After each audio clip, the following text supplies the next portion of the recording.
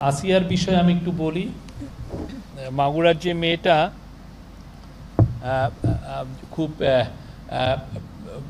যৌন নির্যাতনের শিকার হলেন, তার হেলথের একটু আপডেট আপনাদেরকে জানাই। আমাদের খুবই আমরা খুবই আমরা স্যাডলি হচ্ছে যে তার কন্ডিশন আরও ডিটোরিয়েট করেছে। আজকে তার সিজিএস মানে কমা level has come down to 3 from 4.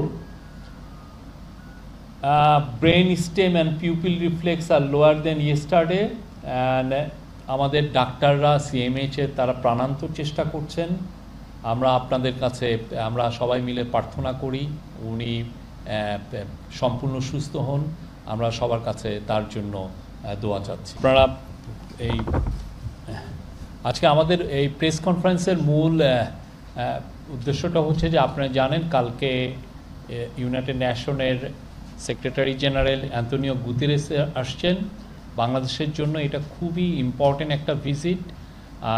উনি এর আগে জাস্ট রোহিঙ্গা যখন মেজর ক্রাইসিসটা যখন ইরাপ্ট করলো 2017 সালের অগাস্টের পরে উনি একবার আসছিলেন, বাংলাদেশ ভিজিট করে গেছেন। এটা ওনার সেকেন্ড ভিজিট হবে এবং আমরা আশা করছি, আপনি জানেন যে interim government led by professor Mohammad Yunus নতুন করে এফার্ট নিয়েছে যে কিভাবে রোহিঙ্গা ক্রাইসিসটা পুরো গ্লোবাল ম্যাপে নিয়ে আসতে। গ্লোবাল যে অনেকগুলো ক্রাইসিসের চাপে রোহিঙ্গা ক্রাইসিসটা আসলে অনেক ধামাচাপা পড়ে, মানে ফোকাসটা এখানে ছিল না। সেই জায়গাটায় প্রফেসর ইউনূস বারবার চাচ্ছেন এবং যখনই ইন্টারন্যাশনাল ডিগনিটারি তার সাথে কথা বলতে আসছেন উনি কিন্তু এই রোহিঙ্গা ক্রাইসিসটা হাইলাইট করছেন।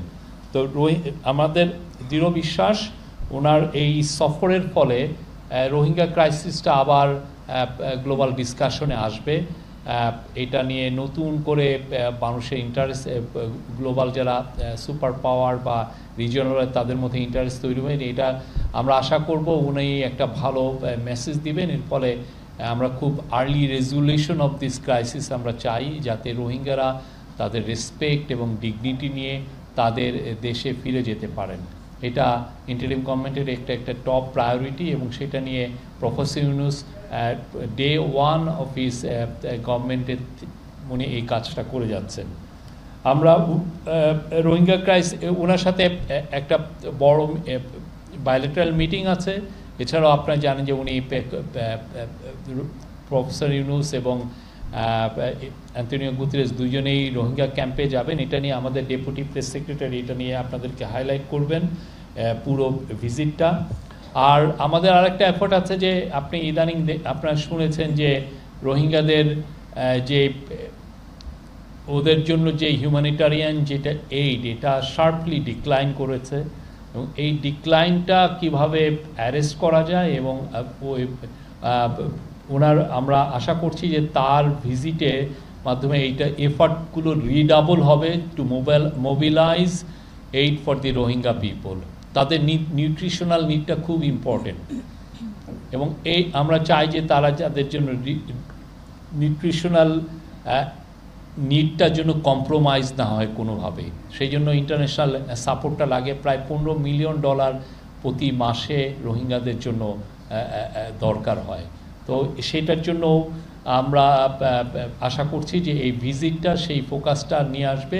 ইন্টারন্যাশনালি এটা ডাবলটা এফার্টসটা রিডাবল হবে, যাতে করে রোহিঙ্গাদের যেই পরিমাণ এড আসে সেটার জন্য কোনো ডিসরাপ্টেড হয় না বা এফেক্টেড না হয়। আরেকটা হচ্ছে যে রোহিঙ্গাদেরকে নিয়ে ইউএন এবং বাংলাদেশ, ইউএনই করছেন, আমরা সেটার সাথে ওতপ্রোতভাবে জড়িত। একটা ইন্টারন্যাশনাল কনফারেন্স হওয়ার কথা সেপ্টেম্বরে এবং সেটা আপনার প্রায় তার সাথে ফিনল্যান্ড এবং মালয়েশিয়াও যুক্ত হয়েছেন স্পন্সর হিসাবে।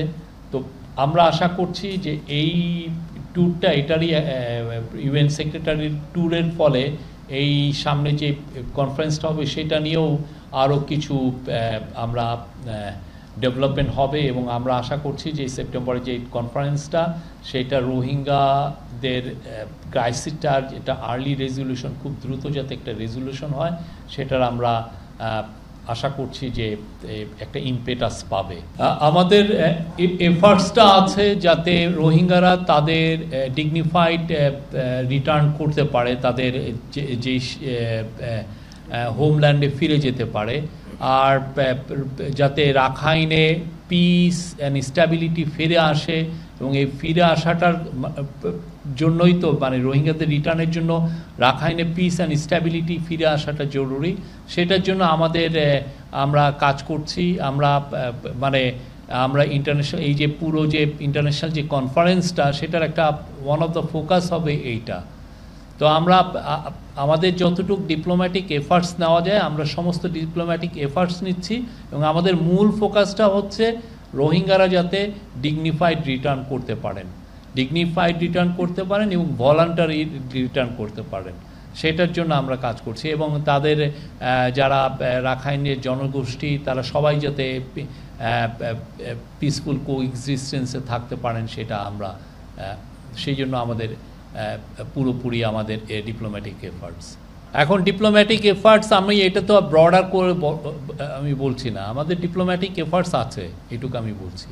ইসি তো আপনি জানেন একটা সাংবিধানিক প্রতিষ্ঠান, তারা তাদের মতো কাজ করছে। বাট আমরা যেটা মনে করি যে যদি যখন এই রিফর্ম কমিশনগুলোর রিপোর্টগুলো অ্যাকসেপ্ট হবে এবং আমাদের ব্রডার একটা এগ্রিমেন্ট হবে পলিটিক্যাল পার্টিগুলোর মধ্যে, তখন ওই ইলেকশন কমিশনের যে রিফর্মগুলো যেগুলো পলিটিক্যাল পার্টিগুলো অ্যাকসেপ্ট করবেন সবাই মিলে কনসেনসাসের ভিতরে, তখন অবশ্যই ইলেকশন কমিশন সেই রিফর্মগুলো ইমপ্লিমেন্ট করবেন। আমার জানা মতে সবগুলো পার্টির কাছেই পাঠানো হয়েছে। হ্যাঁ, যেগুলো আপনারা দেখেছেন যে প্রথম যে মিটিংটায় যারা ছিলেন তাদের সবার কাছেই পাঠানো হয়েছে। সবাই চুলচেরা বিশ্লেষণ করছেন। এটা দেখেন, এই পুরো রিফর্মটা হচ্ছে বাংলাদেশের আগামী আমাদের ফিউচারটা কিভাবে ডিসাইড হবে সেইটার উপরে। আমরা অনেকগুলো বিষয় সেখানে খুবই ইম্পর্টেন্ট বিষয়গুলো, তো পার্টিগুলো সবাই চুলচেরা বিশ্লেষণ করছেন। তারা দেখছেন প্রত্যেকটা রিফর্মে কি কি আছে, প্রত্যেকটা নিজেদের মধ্যে ওনারা ডিবেট করছেন, ডায়ালগ করছেন।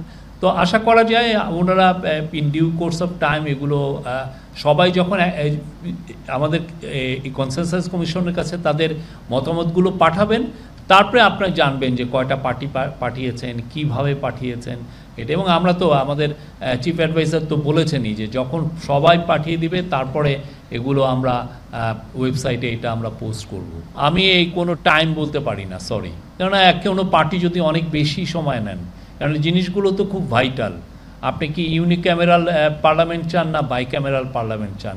আপনি জুডিশিয়ারিতে অনেক কিছু আছে। আপনার এখানে নিউ প্রসিকিউশন সার্ভিস, এটা ইন্ডিপেন্ডেন্ট প্রসিকিউশন সার্ভিস, পুলিশের টোটাল রিফর্মের কথা আসছে, ইলেকশন কমিশনের টোটাল রিফর্মের কথা আসছে। তো এই জিনিসগুলো খুব ভাইটাল পলিটিক্যাল পার্টিগুলোর জন্য। তো তারা এটা চুলচেরা বিশ্লেষণ করছেন এবং সেই অনুযায়ী তারা তাদের রেসপন্সগুলো পাঠাবেন। আমি আগের থেকেই বলতে পারি না যে কী এজেন্ডা, তবে এটার মূল ফোকাসটা হচ্ছে রোহিঙ্গা ক্রাইসিস। আর আপনি যেহেতু দেখেছেন যে উনি কনসেনসাস কমিশনের যারা মেম্বার আছে তাদের সাথে কথা বলবেন, তো বাংলাদেশে যে রিফর্ম যেটা হচ্ছে সেটা তো ইউএন অলরেডি তাদের সাপোর্ট জানিয়েছে। এই রিফর্মটা নিয়েও অনেক আলাপ আলোচনা কিছু হবে। আর রোহিঙ্গা ক্রাইসিস, আর আপনি যেটা বলছেন সেটা আমি এখনই আমি বলতে পারছি না।